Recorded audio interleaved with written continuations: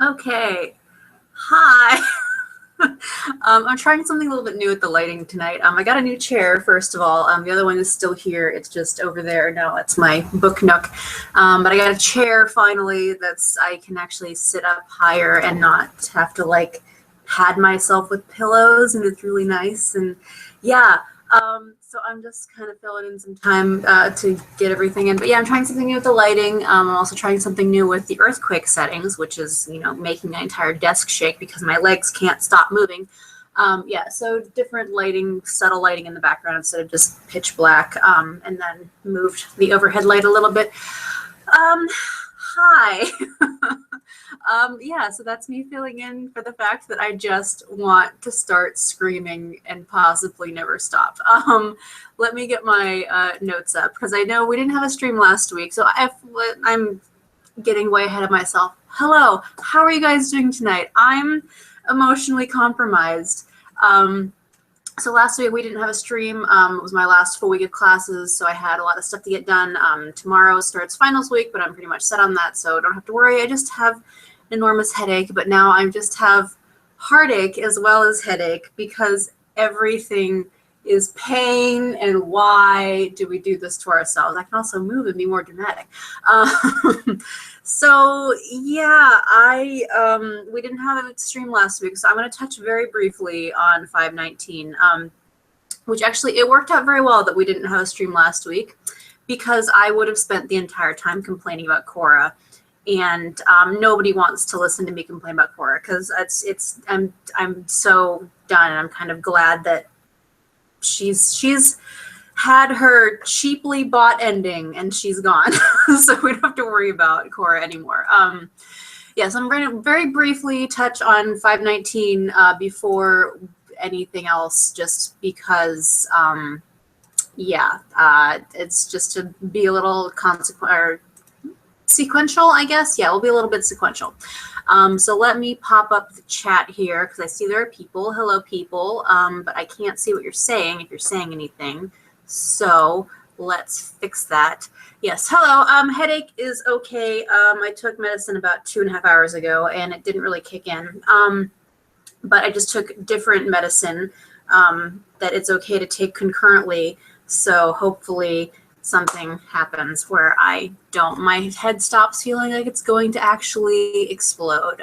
But I just kind of felt like that the last couple weeks. Anyway, okay.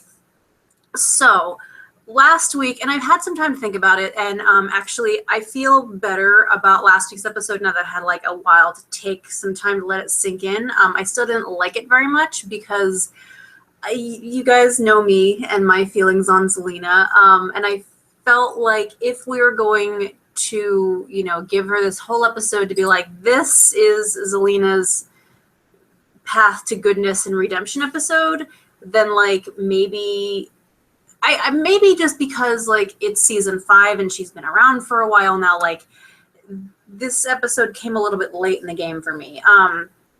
Just kind of because I'm already kind of locked into my I don't like Zelina mode, but I didn't like Regina for 3 seasons, and I like her now, so we'll see what happens in season 6. I guess. Yeah, so I think if this episode had come earlier, it might have meant a little bit more, and like maybe it would have driven a little bit more into like just Regina and Zelina's constant antagonistic tendencies toward each other. I think it would have been better if it had come a little earlier, at least like introducing this backstory where like they did know each other for a very brief amount of time. But I know why they didn't do that then. Like they had to wait for like, oh, we have these things that we can now like say why this happened and like plot elements. Like I get how storytelling works in television medium and like why they introduce things when they do, because they didn't know if they were going to be here at that. Like I get why that happened, but like it didn't come at the right point for me personally in like, this is the saving grace for why you're going to like Zelina now, because I just don't like her. So yeah, so I think if that had come a little bit earlier, it would have been a little more impactful for me. I know a lot of other people liked it much more, but I am just too far down the rabbit hole of disliking Zelina for it to really mean too much. It also like I was really happy that like towards the end of the episode, like we did like go back to, oh yeah, Cora doesn't have her heart, so she's just kind of acting like she's this nice person. She's really not. Like the way that my views of how Cora would have been when Regina was little, it was very much whitewashed throughout this episode. And I realized that, you know, the fandom always goes way darker than the show ever gets, because that's just what we do, because we as a collective are much more messed up than any writer's room could be. So it just felt very whitewashing for Cora's pure evilness. And then like just this final act of like bringing these sisters together and like making them overcome their differences didn't feel like enough for me to make Cora like be absolved of all of these sins and get to go to heaven. Like, I don't think that that's how that, I mean, maybe that's how it works in this world, but if I was in charge, that's not, no, that's good. I'm sorry, that's not enough for me. So yeah, so like a lot of Cora towards, until like the last couple of minutes when like she forcibly ripped the sisters apart and we're like, you're never going to remember each other again. And like made them drink the stuff, the memory potion. And I was just like, okay, well, at least, you know, we're back to towing the party line, but a little bit too late. And also that just doesn't line up for how I see Cora. But I don't like Cora. I like she's a really good villain, but I don't like her as a person. Like, I guess if that, like, that's how I feel about all the villains. I'm like, you're not good people, but like you're good villains, and that's what makes you interesting villains. And like, why, like, we like having interesting villains because they're interesting. But like, it's that fine line of like, do I like to hate you, or do I just hate you, or do I like you? Like, there's that weird line that too many people forget to acknowledge exists. Yeah, so like a couple of things about last week's episode, because I really don't want to like go too far into it. Like it didn't, you know, like Regina and Zelina playing when they were little kids, like that actually, like I was like, okay, well, wow, this is making me feel emotional. I wasn't expecting to have emotions about this, but you know, well done, writers. And I liked there's like little tiny details, like they finally like when they were playing and they looked like they put on their own makeup. I'm like, that actually looks like, you know, a 12-year-old girl and an 8-year-old girl like put on their own makeup, like they're however old they were supposed to be at this time. And by the way, the ABC cloning machine struck again with the little girl who played Tiny Zelina, because like, holy crap, hair and eyes, especially like Bex Matter has like the most stunning eyes, and like this girl that they cast for, I was like, oh well, you got that part right. So I mean, like, it's totally believable just based on that alone. And like, there was some behind the scenes pictures that I saw, like photos, and like she has like the clear braces on and everything. I'm like, you're an actual 14-year-old. Oh my gosh. Like, it's, I don't know, little tiny things like that just kind of make me go.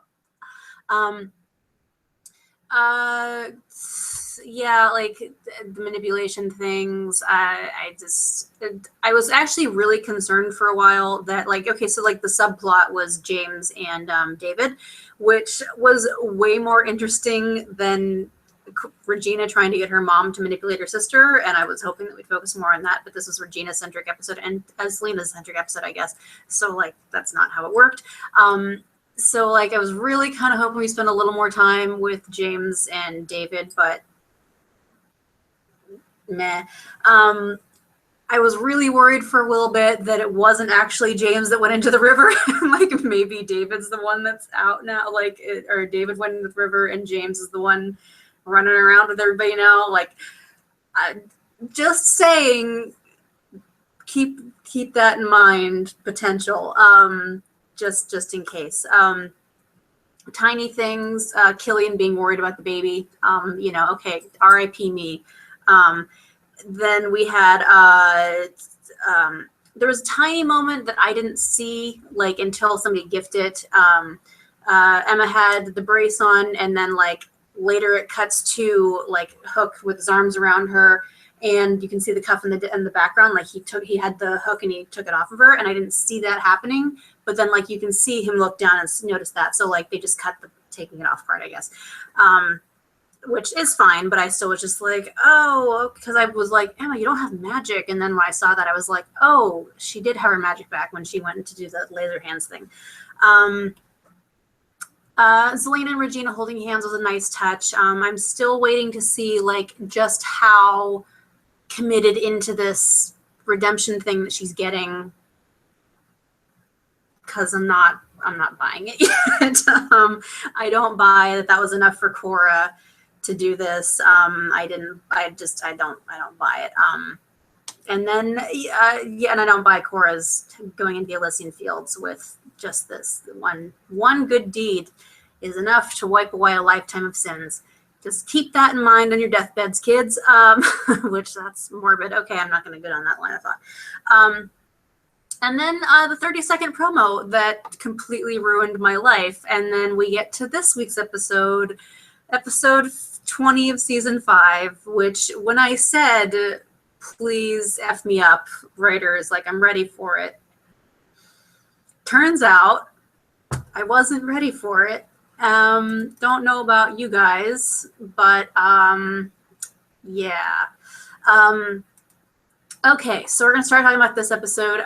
Yeah, Cora's redemption felt a little bit forced. Yeah, it was like there was nothing built into it. It just kind of happened, and like it was just like, okay, well, she's safe now. Like I don't buy it. But she's gone now, so I don't have to worry about it. So we're just gonna forget that Cora was the thing until the next time Regina needs to have a crisis because her mother caused it. Because that's usually where she goes if she's having that. So yeah, on to Firebird. Moving past sisters because really nothing else. It summed up with I don't buy these redemption arcs, and let's move on to more important things that I do care about. I was not prepared. The big moments didn't hit me like as hard as like the tiny little moments did. So yeah, the big moments, like so like I knew there was going to be a catch. Like we couldn't split Emma's heart and shove one hat. Like, and actually, if we were going to, actually ignore the fact that Emma's heart could not actually be removed out of her, like I bought it more when Hades took her heart out of her chest. I'm like, well, at least he's a god, and like gods can break all the rules that bind mortals to this realm. Like they can do that. I can buy that more than I can buy the fact, like, because I'm gonna guess that they were just like, well, she can't have her heart removed forcefully for evil deeds. Like there's probably some loophole with that, which whatever, that's fine. If we're gonna ignore it, and at least we have the confirmation of we can't just split the heart in half and put it back in. We have David saying like, oh, well, I was dead and I came back, and Regina was like, you're probably dead for about a minute. And then Hades is going, so you've been down here for like a couple of weeks now, and your body's probably rotting up on the surface, and can't really get past that. Like I liked that there was a legitimate reason for it, and it's that they've been down here for a while, and like despite the fact that Killian's body's probably in the freezer somewhere in the morgue, like he's dead, and he's been dead for quite a while. And you just can't come back from that. Like, I appreciate that we have that thing. So, like, I knew there was going to be a catch, and that didn't cut me off guard. The little moments, like, or like the big moment, like, I was surprised. I was both surprised and not surprised about Rumple going after Robin, because, like, I feel like the writers tend to treat Robin as, like, this expendable character who can just, like, pop in and out and nobody notices. I notice when you're being mean to Robin Hood. I notice when you're not using him how you should. And like, so like the big moment of Rumple being like, aha, I'm going to steal your heart. Like that wasn't that shocking me, but also was kind of shocking. Like, oh, this is how we're going to do the thing with Pan. But then the twist later that he actually didn't do it, like that part surprised me. Like the one good deed that Rumple's ever done in his life. Like, okay, I'll buy that. Little things like Henry finally has something to do. That hit me pretty hard. Um, the big thing with like Hades actually screwing everybody over like that, like also didn't surprise me. I was like, well, it did and it didn't. It did in like the fact of like, okay, I genuinely was buying the act of like, oh yeah, I've changed because I have the woman I love and blah blah blah blah blah. Because like we've seen that happen with pretty much everybody else now, but Hades kind of pulled the rumple and actually didn't change. So I kind of that surprised me a little bit. But then like the little things, like, you know, we have the big moment of like it's revealed that Emma and Killian are true love. Like, okay, wow, slap a sign on me that says didn't know that, because I totally didn't know that. I don't know what that metaphor, simile, turn of phrase, trying to joke was. That wasn't funny. I totally had no idea that Emma and Killian were true love. Gosh, why didn't anybody inform me that my favorite couple on the show was true love? Because I didn't know that. I did. So like it didn't surprise me when they're like, oh yeah, like I did have a little moment of like, oh no, what if it doesn't work? But then like, but that's just because I'm kind of caught up in the moment. But then like how it happened, like I liked that it wasn't just like we'd already had this really unsurprising, like not really unsurprising, just a very non-climactic, non-dramatic true love's kiss. It was just like, oh, bing, it just happened. Okay. So like, if there was going to be another one this episode, I feel like it would have been cheapened by the fact that we just had like this, oh hey, true love's kiss happened. Like that was just that did happen. And like, so like it was not really surprised, like it was a happy moment, but it wasn't really surprising when they were confirmed true love. But then like when they're saying goodbye at the elevator, and I'm just like, no. And also like he's crying first off, like, okay, the single tear needs to stop, you guys, because I can't do this anymore.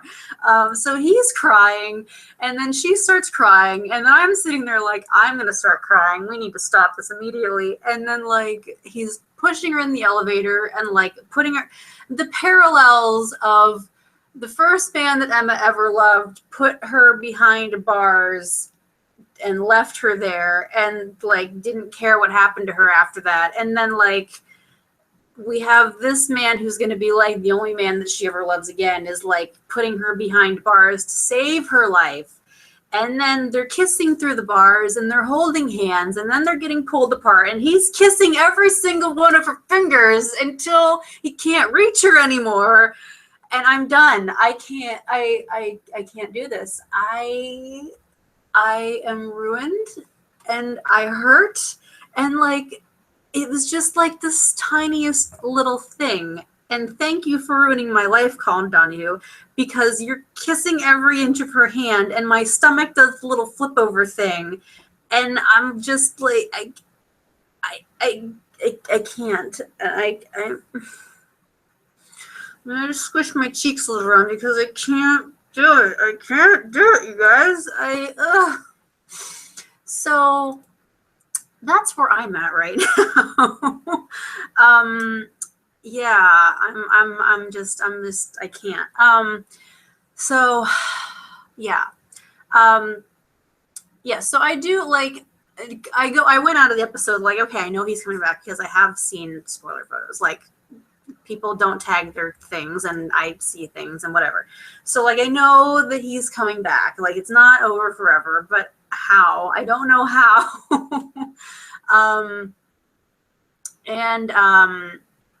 Yeah, no, I think Hades taking Emma's heart out is way more believable, just because like Regina, like it's not even the fact, like, because it was Cora that did it, and we know that Cora is stronger than Regina, but like Hades again is a god.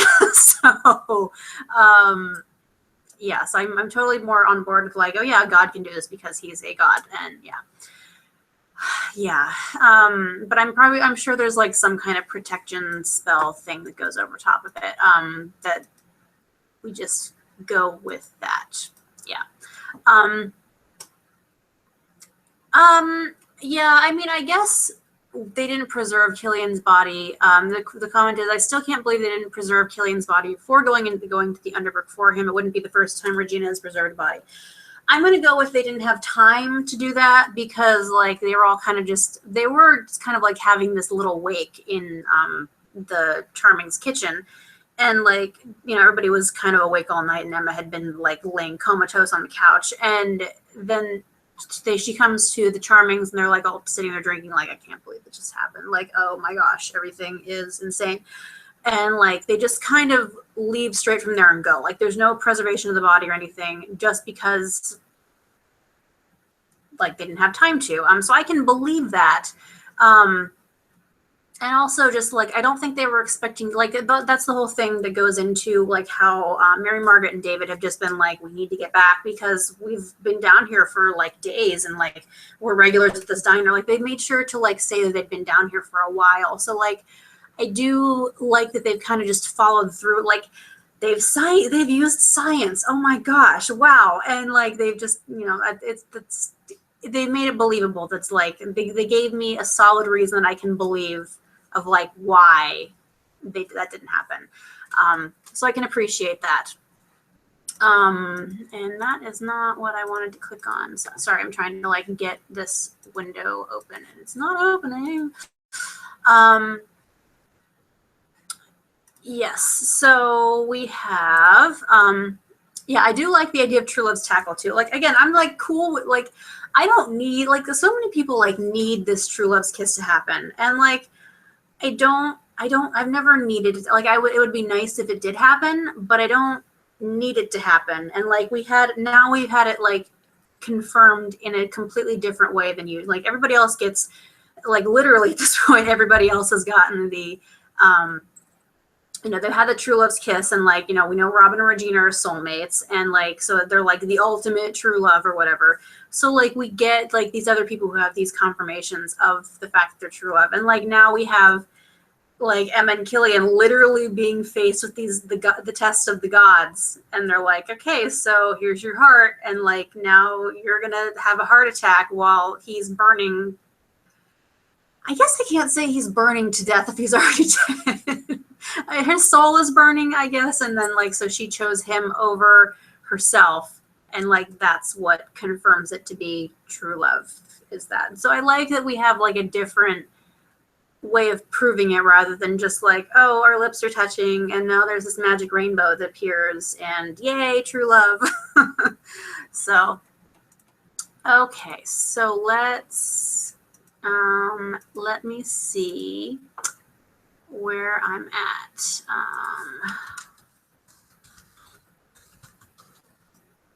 Do that really quickly and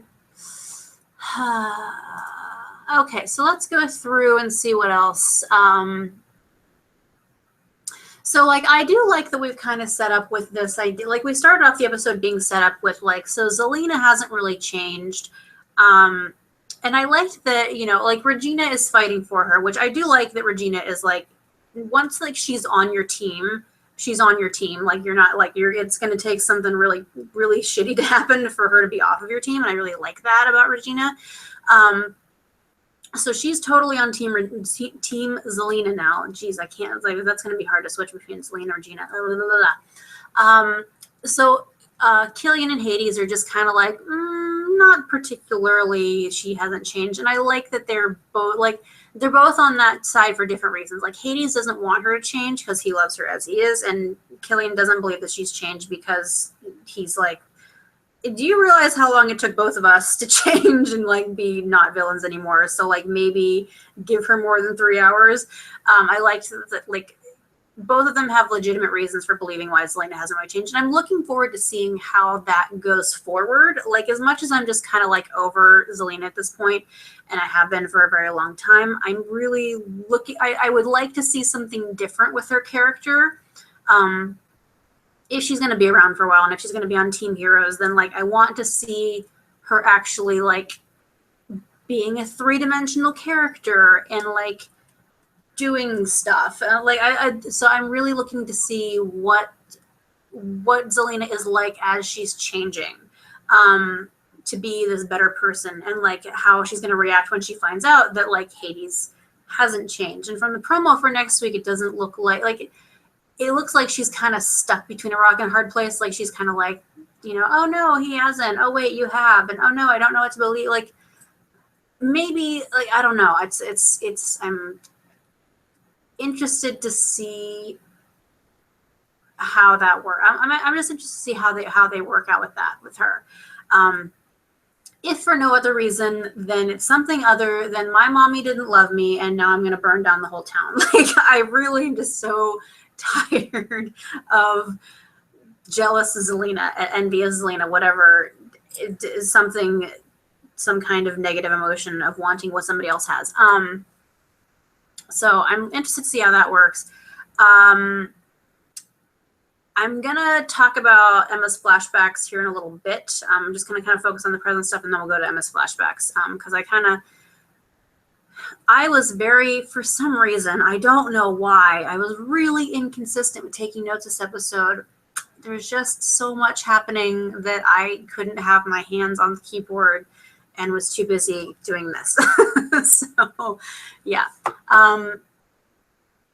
So I do like that we set, like, now looking back, seeing that, like, after Hades ripped up the contract and he, and like Emma came in and was like, so why are you still here if you got what you wanted? And Rebels is like, oh yeah, good point. And then he just leaves. Like, I liked that. And I liked that set up later that like he's just continuously like done with his dad and he's not going to do anything with him anymore. So I liked that aspect. I looking back, I like that more now. At first it was just a funny moment of like, oh yeah, I don't need you anymore. Bye. Also, since when can Pan do the magic poof? I don't think he's ever shown signs of that before. I don't remember that happening. If somebody could remember for me, that would be great. Because I don't remember Pan ever having that. Like, I get that they did it just because they're like, oh, it's a dramatic accident. Or like, oh, he's dead, he can do whatever he wants. Like, it's inconsistencies like that. I'm just like, well, somebody forgot, whatever. Which, again, it happens. I'm not particularly picky on, like, this week I'm not particularly picky just because my brain is so full of other things that I'm just like, well, it happens. Or I'm just so done with everybody else being picky about things that I'm just like, well, whatever happens. Then we had the really unclimactic, non-climactic, not very exciting True Love's kiss. Like, I wasn't even looking at the screen. Because I was just like, this makes me uncomfortable. I don't want to look at it. And then, like, I hear the magic whoosh, and I looked over, and it was just like Granny's or the blind witch, whatever, the underworld Granny's diner. And there was just like the rainbow. I was like, wait a second, why did this happen? So I wasn't even watching, and then I saw the leftovers of it, and I was like, well, that was not like there wasn't even any music for it. It was just like, oh, it happened.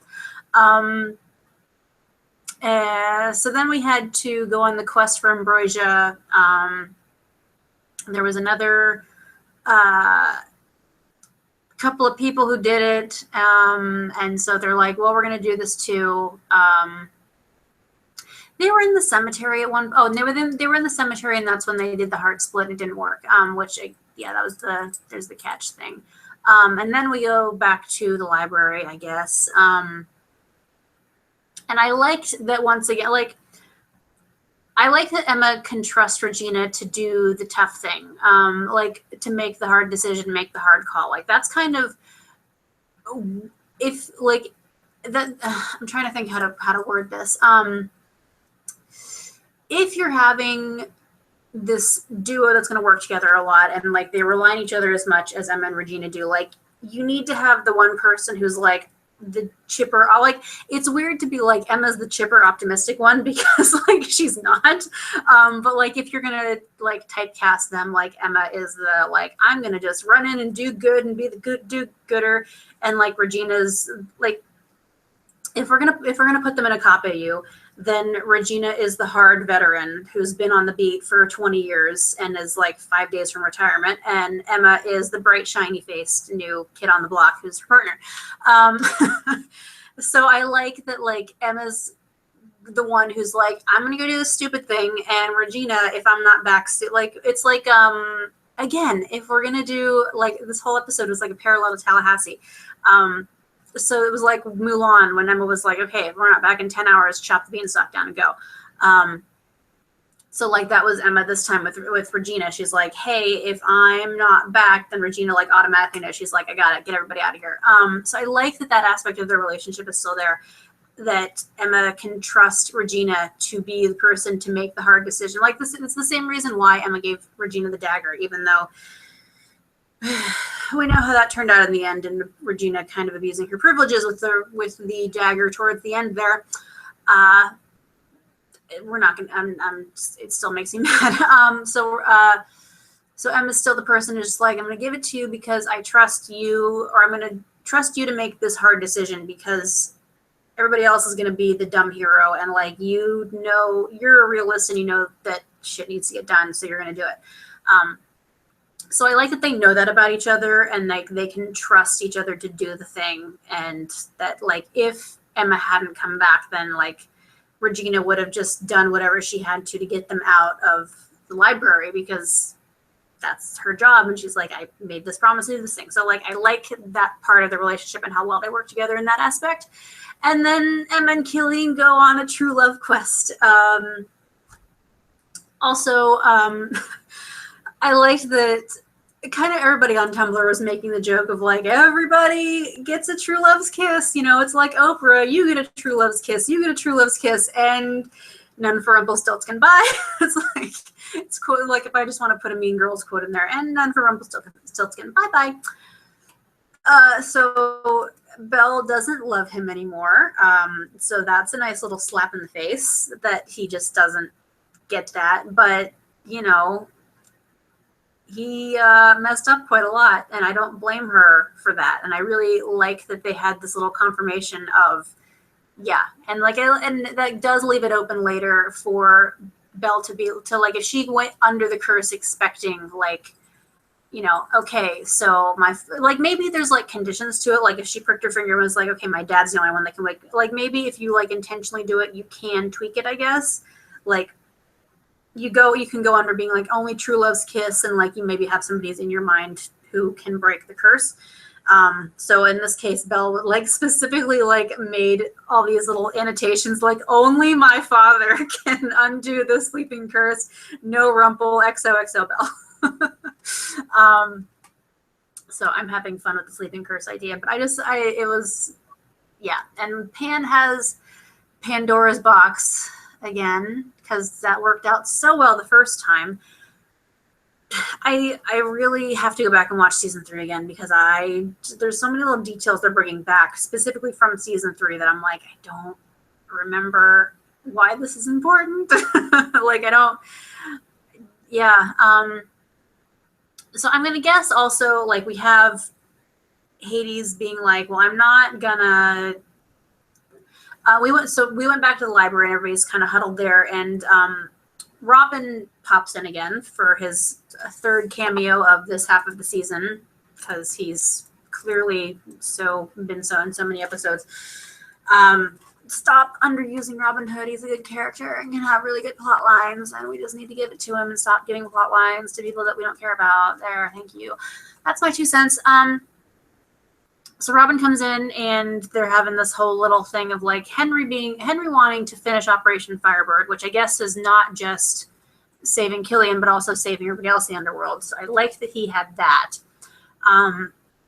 And then he's like, even Hades is agreeing with him, just saying like, well, yeah, I'm not going to be able to stop people from doing their unfinished business, and it'll function the way it's supposed to. So like, in a way, Hades is really on board with this changing thing, but then as we see towards the end, he's actually not. And I liked that like we had this.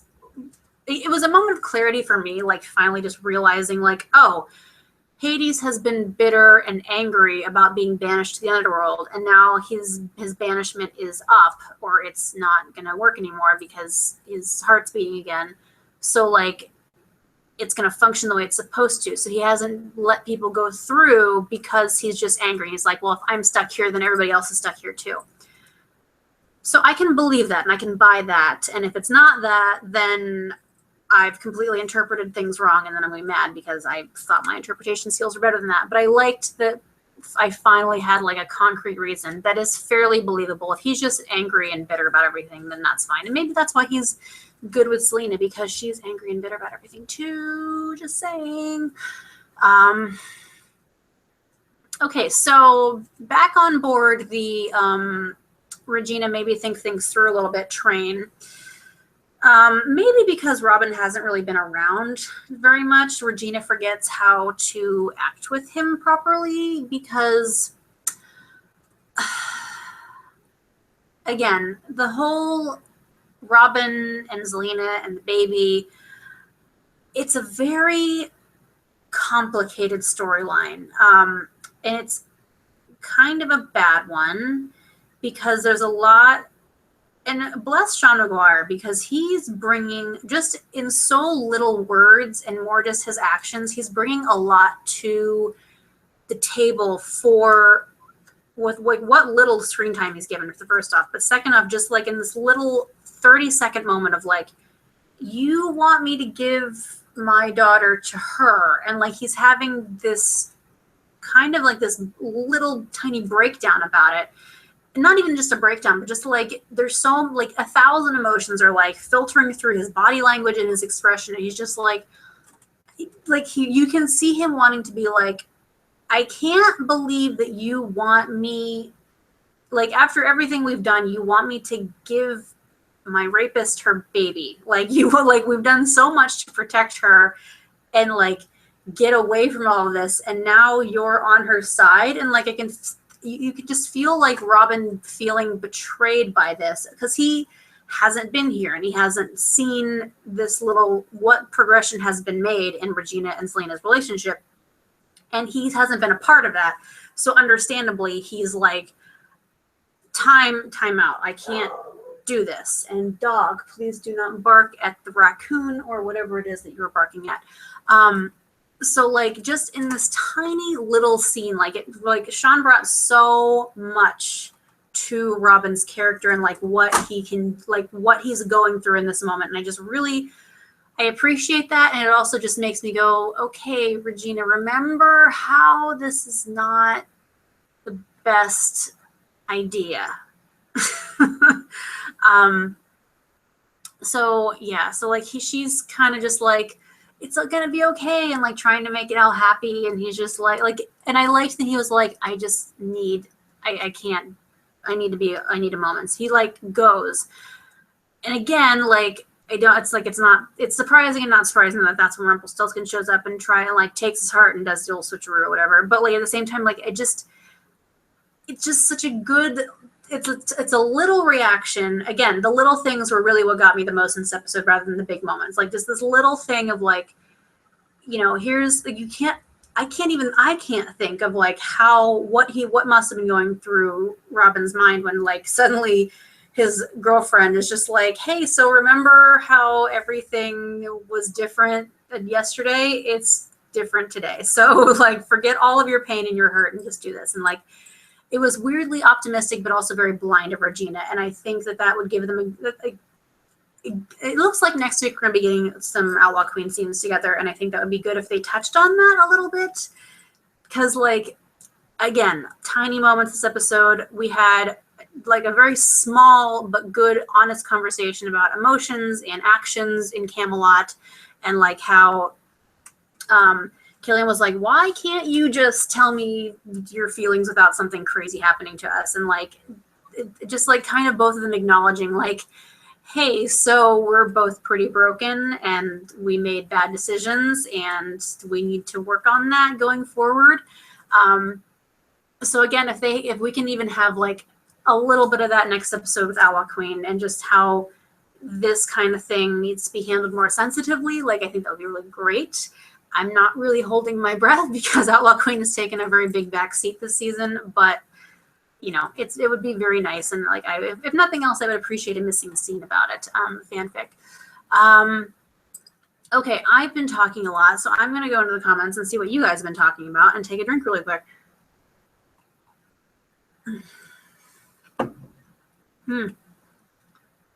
So, okay. Yeah, I can see that. Emma's heart magic heart thing is being where she can will somebody to take it. So like kind of saying like you're allowed to take it. Like I can see that happening too. If that's the case.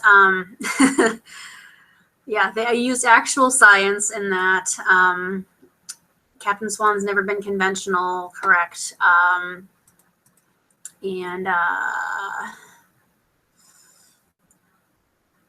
But I didn't think, okay, so I think the magic proof is just a thing that magic users can in the show can do, which is true, but I didn't think that Pan used magic. Like, I don't think like that was his thing. Like, he'd fly and he had the pan pipe. Ha ha ha ha ha. Peter Pan plays a pan pipe. Huh. Okay. And wasn't he the Pied Piper? Yeah, he was the Pied Piper too. So I don't think he was able to do that, like, just because he didn't really use magic in a conventional sense. He just kind of had it at his disposal to, like, manipulate other people to use. So, yeah. The Shadow stole the magic from him. Sure, we can go with that. Why not? And then, Pandora's box. We're making so many Peter Pan jokes tonight. Ha ha ha. Sorry.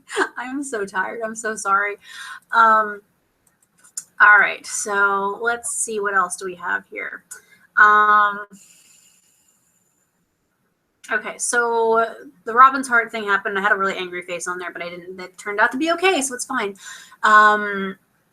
We're going to go to Emma's stuff in a little bit, and then Henry having things to do. I was very pleasantly surprised that they were like, hey, remember that there was an 8th dwarf? We're going to bring him back, like, for one 30-second cameo. I really liked that there was just this moment of, like, oh, there's Stealthy still here. I forgot about him, like, from season 1.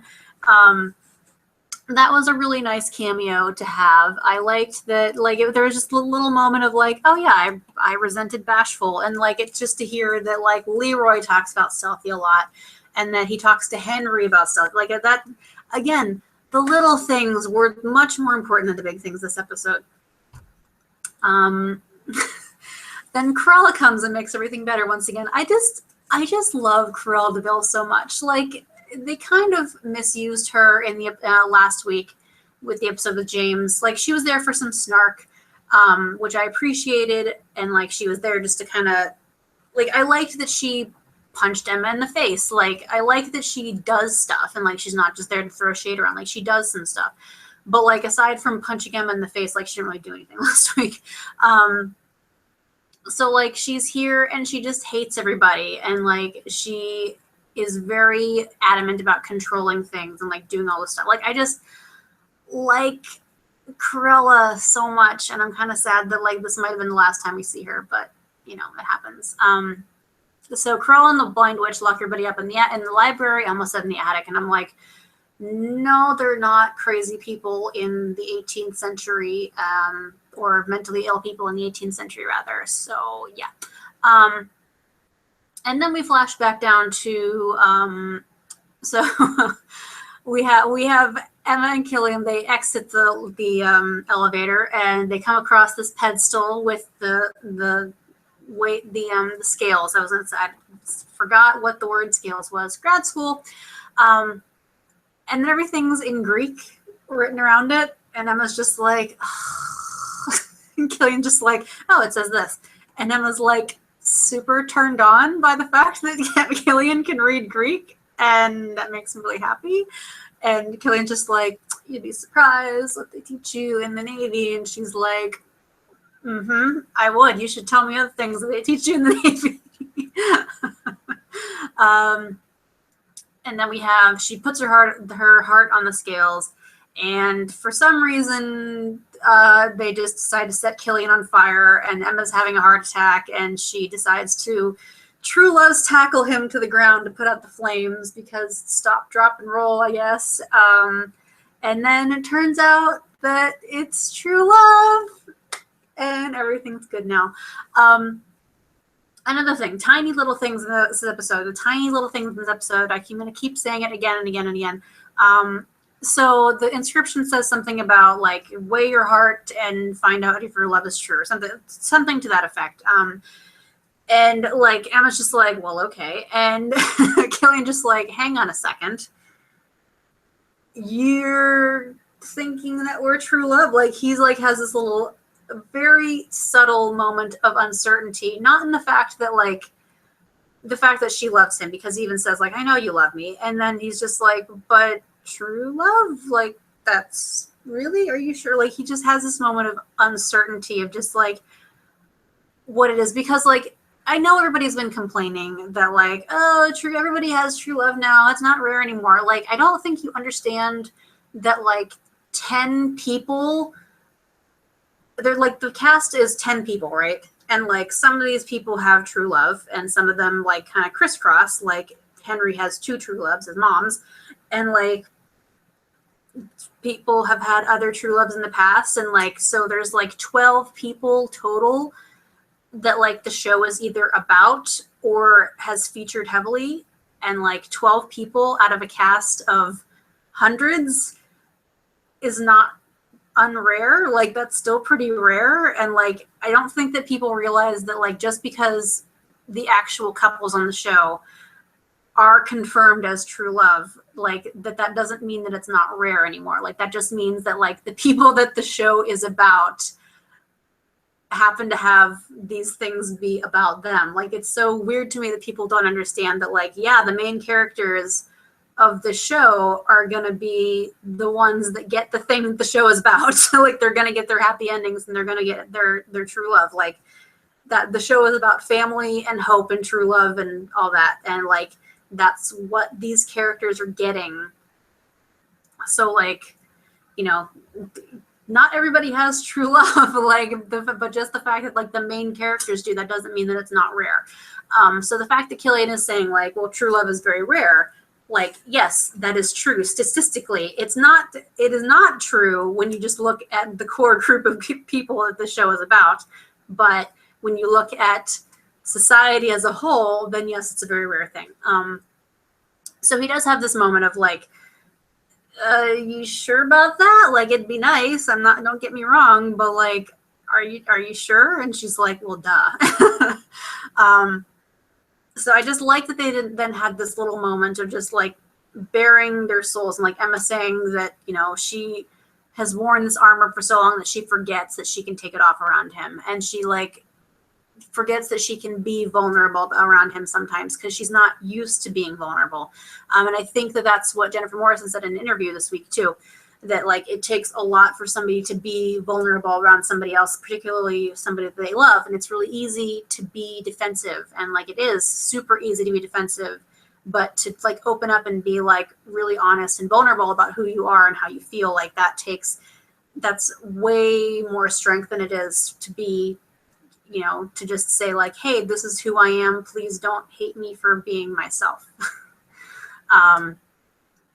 So it was a really nice moment of just like having a real conversation of like, you know, I just like both there and then later at the elevator, just like having this conversation about their feelings and understanding how that all worked. So yeah, so it's true love. And let's see, there's a flashback, and then we have, they go to the ambrosia field, and surprise, it got chopped down, and there's no more ambrosia trees, and there's no more fruit, because it just like, I think Emma picked up like a dried husk, and like it immediately just turned into dust. So aside from that, Hades locked everybody up in the library upstairs, and that's when they realized, oh, he screwed us over. Awesome. Not awesome.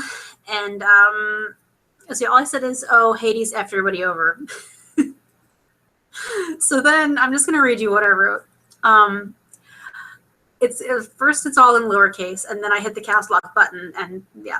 So I literally have not taken any notes since then, but he kissed her fingers until he couldn't reach anymore, and he was crying and she was crying, and that bounty hunter died at some point, but my stomach flipped over when he was kissing her fingers, and I effing can't anymore. I'm out. Yeah, for like the whole, from the commercial beginning from the commercial ending to the next commercial set beginning, I didn't take any notes because I was just really absorbed in what was happening.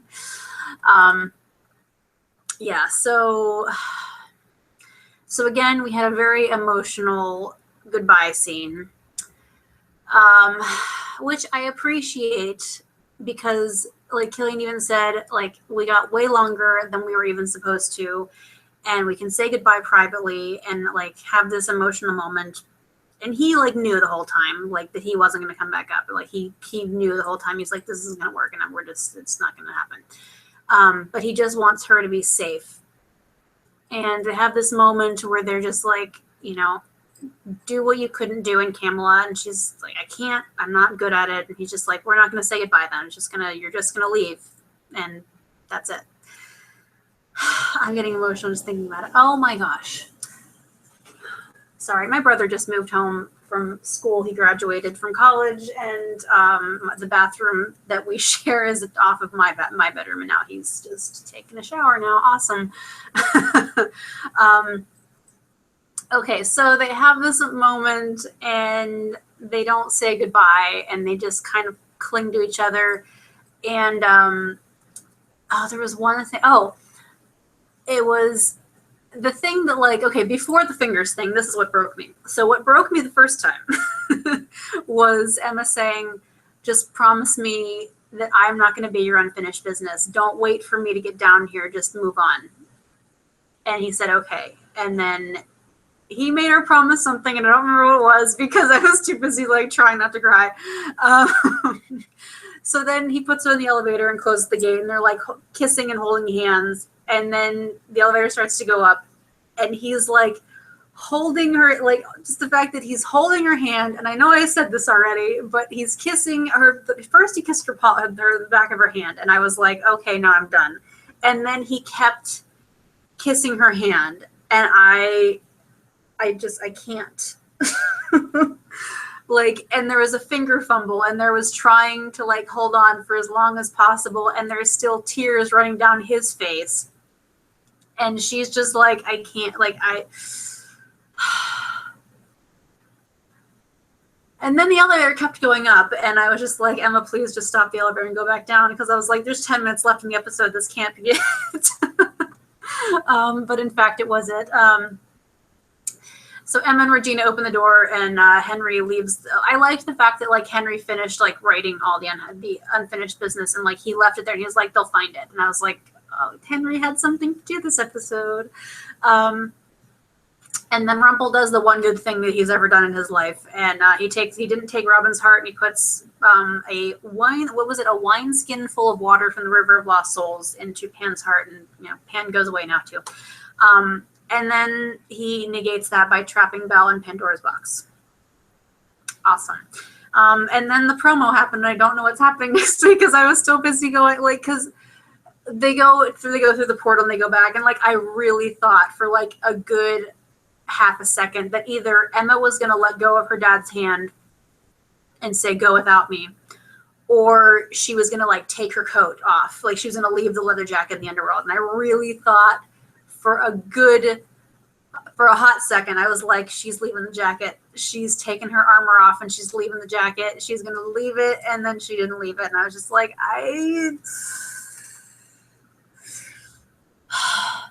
And then the promo happened. I don't know what's happening next week, except there's a funeral. So I think the funeral is, I think they're going to have a definite funeral for Killian, because, like, you know, Regina, they, like, specifically panned on, like, to Regina and then to Emma.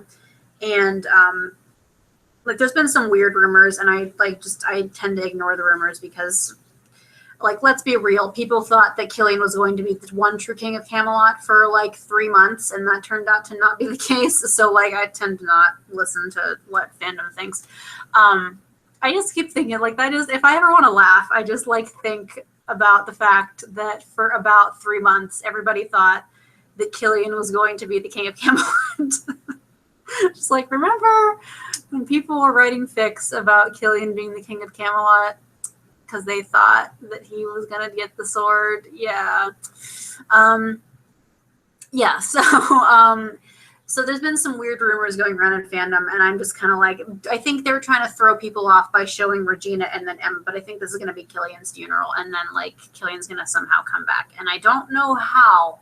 I just know that he is coming back. So, yeah. So let's talk about these not the promos, the flashbacks. We will talk about that in a second. I'm going to go through comments really quick.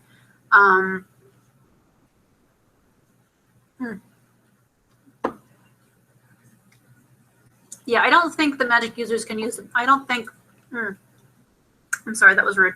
Yeah, I'm pretty sure that not all magic users can use the poof. I think the poof is something that is learned, and maybe you need to visualize where you're going. I think you do need to visualize because, like, that's what, when Emma was learning how to be the Dark One, he was like, just visualize where you're going to go. And like, she did, and then she was there. And like, we didn't see her do the poof and then go there. It would just kind of happen because we're from her perspective.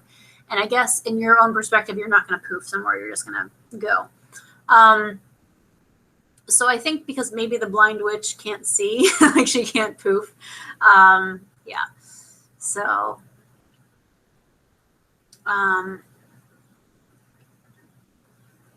yeah.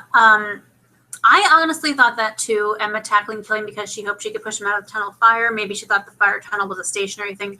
I was kind of thinking that too, like maybe if I push him out and I take his place, like I think that would have been like the same thing though. Like it's still her choosing to save him over saving herself. Like regardless, it was going to be like her saving him somehow because that's what Emma does because she's the hero and he's the damsel in distress in this situation. So yeah.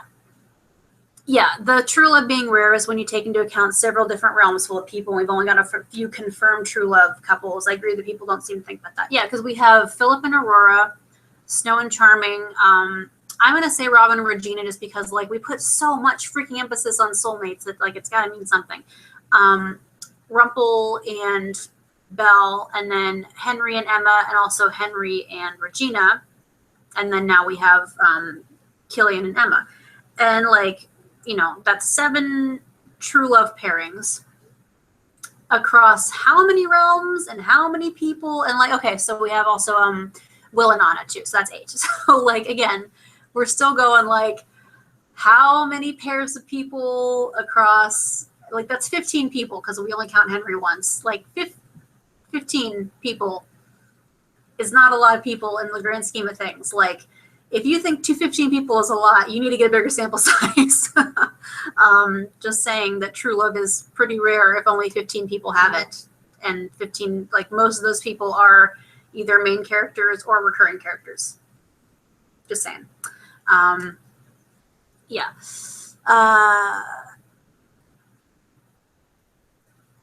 I don't know. Didn't he make her promise to move on without him? I don't know what he made her promise. I really don't. I know because she made him promise to not make him her unfinished business. She made him promise not to make her his unfinished business. Pronouns are hard. And I don't know if he did that in return to her to be like, you know, don't close yourself. Like it might have just been like, don't close yourself off again. Like, you know, don't like speak. I think it was something like, you know, speaking of your armor, don't put it back on again. Don't shut people out. Like, I think it's kind of in that ballpark of like, don't, you know, don't make all this work that I did go to vain.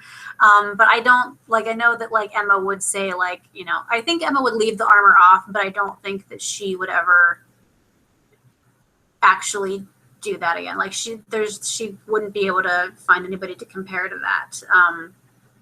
And that's just my personal headcanon about that, like that she would just not be able to move on because like it took so much for that to happen in the first place. But again, that's just me and my sappiness going through. Yeah. Yeah. So, yeah, supposedly Killian's dad was also true love with his nurse, but again, I don't believe that. Like I really just don't. I'm just calling like bullshit on seven different kinds of bullshit on that. I don't think that that's believable in any sense of it. Speaking of Killian's dad, let me check something really quick because I saw something, and I know that like, you know, IMDb is completely and totally like the most thorough, completely true to life thing, but I thought I saw that somebody said that Adam Crosstall was in another episode of Once, not just Swan Song. But it doesn't look to be that way. But I saw a rumor floating around about that, but it must have just been that, a rumor. I don't trust the internet. I don't know why I bothered to even think of that. But somebody said that he was in this episode, and I was like, I feel like somebody would have spoiled that by now. So, yeah. Yeah, but I don't think, yeah, I agree with that. Emma could leave the armor off enough to love family and friends, but not allow another intimate love into her life. Yeah, I don't think she would be able to do that. I think she's been hurt too many times in too many significant ways for that ever to be something that she could feasibly do. It'd have to be something big. It would really have to be like a big deal for her to actually do that. Because, how do you move past true love? What did Snow say that she would like happily build a treehouse and spend the rest of her life? She's not leaving him behind, and Snow split her own heart for David. So yeah, I don't think you move past that. Okay, so let's talk about tiny baby Emma, who is actually not baby Emma in this case. She's 26 years old here. Possibly 25. So 25, 26 is around that. I would go more towards 25 if we're like, because it just said Maine 2009, which, the show started in 2011, which she turned 28. So it happened on her 28th birthday is when the show started. So I could say she's 25 here and be totally right about that, because her birthday happens pretty late and it did not look like October in Maine. So we have tiny Emma, and it was weird for me because I'm 26 and I'm about to be 27, but it was really weird for me to watch this and be like, this is Emma at my age, and just kind of I know that she's very lost and conflicted, and she has no idea what's going on, and so angry about the fact that she doesn't know what's going on, or the fact that she doesn't have a place in the world or anything. And it was just it was a really weird mirror to be looking at. It's always weird because I identify with Emma so much anyway. I guess to kind of frightening levels how much I identify with Emma Swan, but this in particular was kind of hitting a little uncomfortably close to home, to being oh yeah, I totally she's lost for completely different reasons, but I get the being angry at the world and being confused on you don't know what's going on or where your place is or who you are. I get that, and it's weird to realize how much that you are mirrored in a fictional universe. So yeah, I had a very uncomfortable, it was good but also very uncomfortable watching, just being oh, I know how this feels, that's odd. Which also that does a good job of just showing how realistic things can get, how paralleled Emma is compared to how her parents were, just that she's a very real person in a very real world, and that's very significant, I think, that could happen. So anyway, Emma is 26 and has these big dorky glasses, and totally I think I had that outfit when I was in 2009, when I lived in the year 2009. So that was very weird to be I think I wore that, and also looked like that because my hair was definitely that long in 2009. So she's trying to find her parents, or find any answer about her family, or anything about why she, this is where I was found, and trying to find out any kind of answers about it, but she's not getting any. And this bounty hunter comes up, and apparently because Emma is still on the run from all these convenience store robberies, I guess, she gets, which is weird to think about, if she's already serving time for that, for the watches, wouldn't she have, I don't know, gotten caught already for wouldn't they have just slammed that on top of it? Or is that double jeopardy? No, double jeopardy is you get arrested for the same crime twice. So that couldn't have happened. But you'd think that somebody would pop that on top of her charges as well. Particularly if she was underage at the time. And a bounty hunter, how much did they steal that they sent a bounty hunter after her? But I don't know. So there's a bounty hunter after Emma because, you know, petty theft from a bunch of convenience stores apparently is enough to warrant that. And like, I liked that like Emma went along with this woman and they're in the hotel room and she's like handcuffed to the headboard, and Lexi, Eliza, Liz, something with a Z, I think was in her name, was just like, I'm gonna cuff you to the headboard and go take a shower. And then I was like, all right. And then like as soon as the door closed, she's like, let me just pick these. Okay, bye. And like, very mirrored. This one was very much Emma in a couple of years, how she had this kid that she gave up for adoption, and she had, you know, she didn't have any family. She had the attitude, even the hair, like she had curly hair. And like Emma, you know, when we first met her, had the really curly hair with her leather jacket. It's like just everything was just like, okay, so this is going to be kind of her mentor for that. Only maybe Emma's not going to wind up with a big thing of glass stuck in her gut and bleed out in an alleyway in Maine, in Portland, Maine. Yeah, so like, I liked that Emma was totally, she picked pockets and she was like, okay, I'm just going to take all this money and go. And then she found the website or the programming or whatever. And she immediately just went, I'm a huge nerd. I'm going to get on the computer. And then like she was like, the bounty hunter was just like, I forget her name. I think it was something with a Z. She like totally freaked out. And she totally thought like, you know, this girl's gone. I got to go find her. And where was the line? I was just like, hey, do you all get this information? Because like I totally just found out all the stuff that I really wanted to know for a long time, and like just kind of hacked her way into everything. And she's like bribing this person. She's like, I'll come with you if you do this. And she's like, well, why am I going to do this for you? And I think the line was, because you'll have to track me in every city and every hotel across the country and I can pick handcuffs. I laughed at that. That was like, she just has this look on her face like, please, handcuffs are like, I can't, that's not even a thing. Like, I don't even have to worry about that. So I liked that. Yeah, just like the whole fragility that Emma had was just kind of killing me.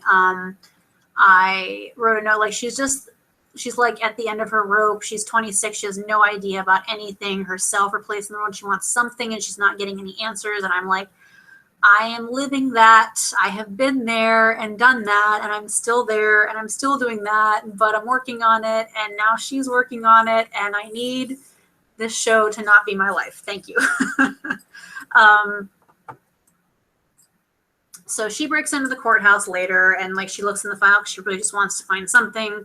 And then the bounty hunter goes after her, and like they have this big argument, and then the cops show up and they break their way out, and they're on the run, and the bounty hunter dies. And like Emma gets the whole like, you know, she gets the speech about like, you know, this, she just basically gets like, this person is me and this is what I could become. And like, that's how she got into it. We have this nice little flash into the future in 2010 in Boston. So like not too long before the show starts.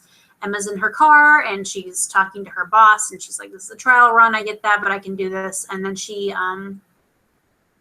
found the bounty hunter's daughter and just said like, this is your birth mom if you were ever curious. And you know, I knew her and now she's dead.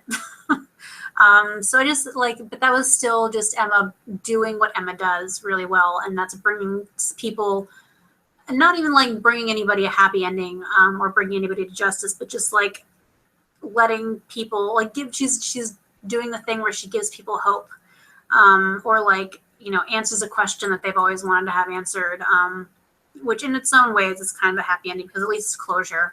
It's an ending, and it might not be the happiest of closures for this girl, but like it was still something. And I just wanted to point out that like that shop was basically just filled with like clothes that we've already either seen Emma wear or seen JMO wear. And I was just like, this is just like, JMO was like, here's my closet and we'll use that for the set. because I swear like 3 of the outfits on the like dummies, I'm like, I've seen her wear this before. And then the leather coat, we got the origin story of the coat. And that is that. So, yeah, IMDb has not a lot of true stuff. Yeah, I just don't get that. Yeah, my hair is getting longer. Like even today, like my hair with curl, like Jennifer Morrison wears her hair like this a lot, and like I figured out how to do it finally because I was like, how do you do, like in that music video that she directed, her hair was kind of like this, and I'm like, I still haven't figured out how to make it do like a bump up, but I was just like, how do you do that? Like I figured out how to, but I can't get it to do like the victory rolls. Like no idea how to do victory rolls or any kind of like 1940s hairstyle. So yeah.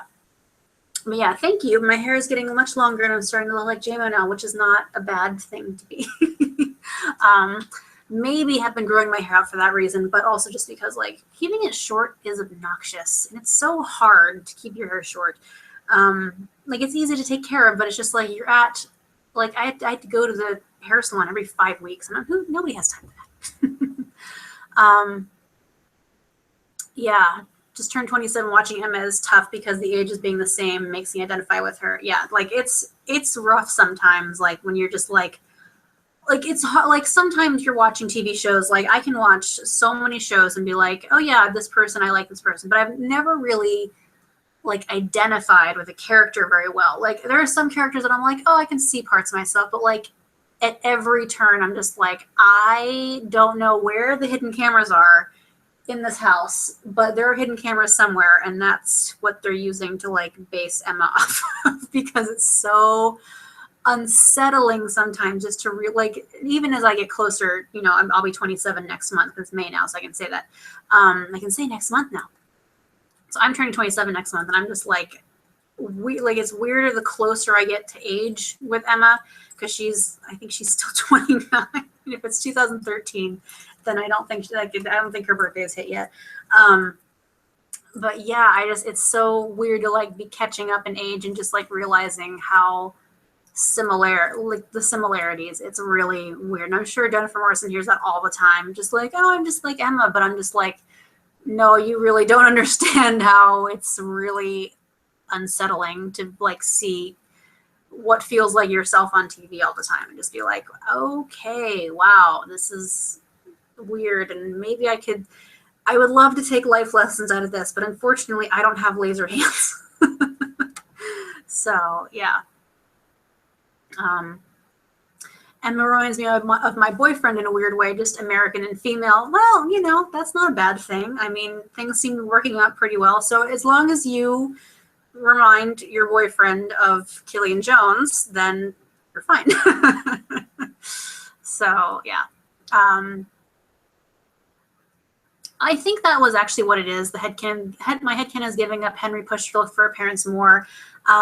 Yeah, definitely. I think that was kind of the thing, like it was mentioned. And what I want to know is like, she's 26. So like I want to know what she's been doing since she got out of prison. Like, cause I think the common idea is that like she became a bounty hunter much earlier in her 20s than she did. So now I found out that she did that when she was 25, 26. So, like, what has she been doing since she got out of prison is my question. Because, yeah, the popular headcanon has been that she, like, figured out how to do that very early on, like 21, 22. But now we find out she's 25, possibly 26. And just, like, how'd that happen? Like, what has she been doing? Because I don't, she probably, while she was in school, like while she was in prison, she probably finished her GED. But like, I don't feel like she would have pushed herself to go to college. Like she doesn't, it's very difficult enough to go to college when you have a support system around you. But particularly when you have nothing. And especially now, apparently, since she has, like, apparently she's had bounty hunters after her for this, this convenience store stuff, which again, kind of weird, but whatever. Like, and she has a record, so she's not going to be wanting to stay in one place for very long for people to find her. So like I really don't see her going to college at any point. So like, you know, and I also just didn't see her going to college anyway because I didn't think that she would have found value in it. And I think, and that's like a big thing, is like to find value in going to university. And there's been kind of some debate amongst the Emma fandom of just like, did she go to college? Does she have this? Like, do you need to do, like, I just don't think that she would have done that. Not because she's not smart enough to, but just because she wouldn't have found the value in it after, like, it's one thing when she was saying, when she was in the scene with Ingrid in the park, when she said, like, it's just a plastic ring, it's not a scholarship to Yale. Like, you know, okay, if she had stayed with Ingrid, then I think that she would have, like, been pushed to go to university and be pushed to do all of the stuff. But, like, since she doesn't have that anymore, I don't see her pushing herself to that. And, like, she hated herself for so long and had so many walls and was so, like, fragile about everything. She would not have done very well.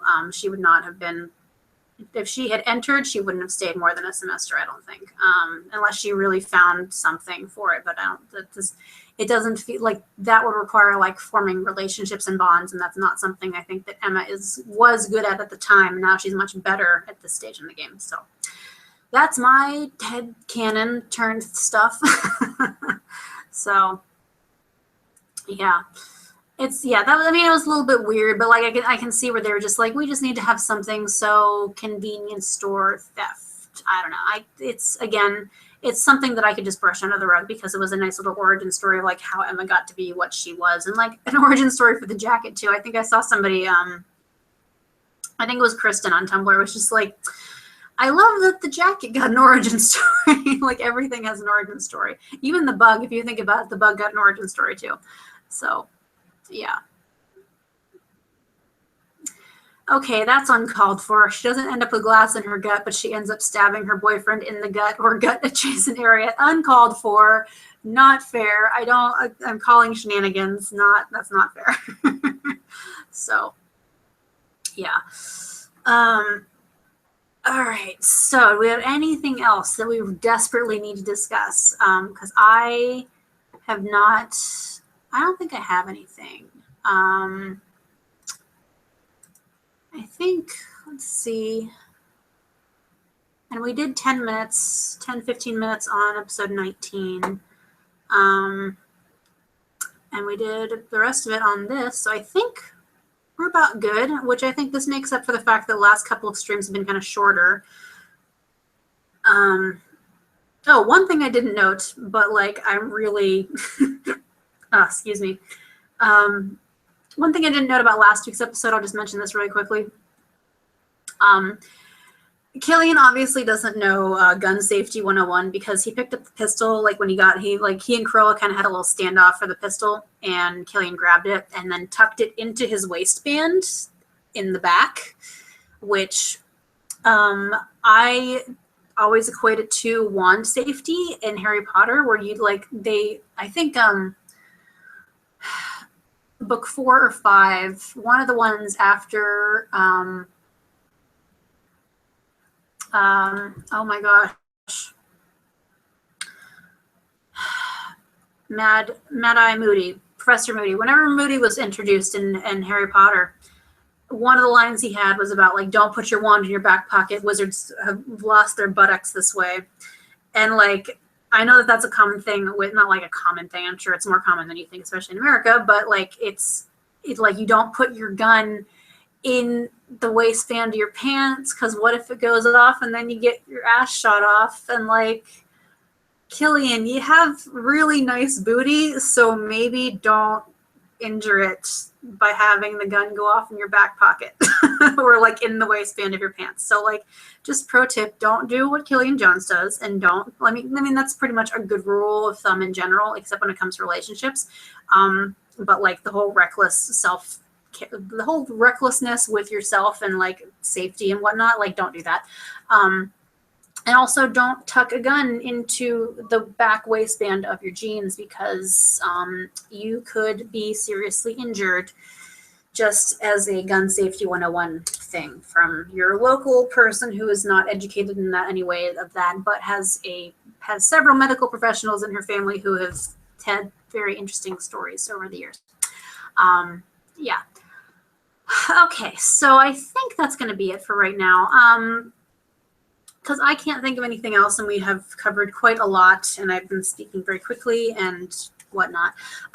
But if anybody has nothing else to say, which doesn't look like it, yeah, I think we're going to call it quits for tonight, and I'm going to stop the mild earthquake by stomping my feet on this, and I'm going to go study for my finals, and I will see you guys next week. Thank you so much for watching. More tears and feels next week, and I will see you then. Okay, bye.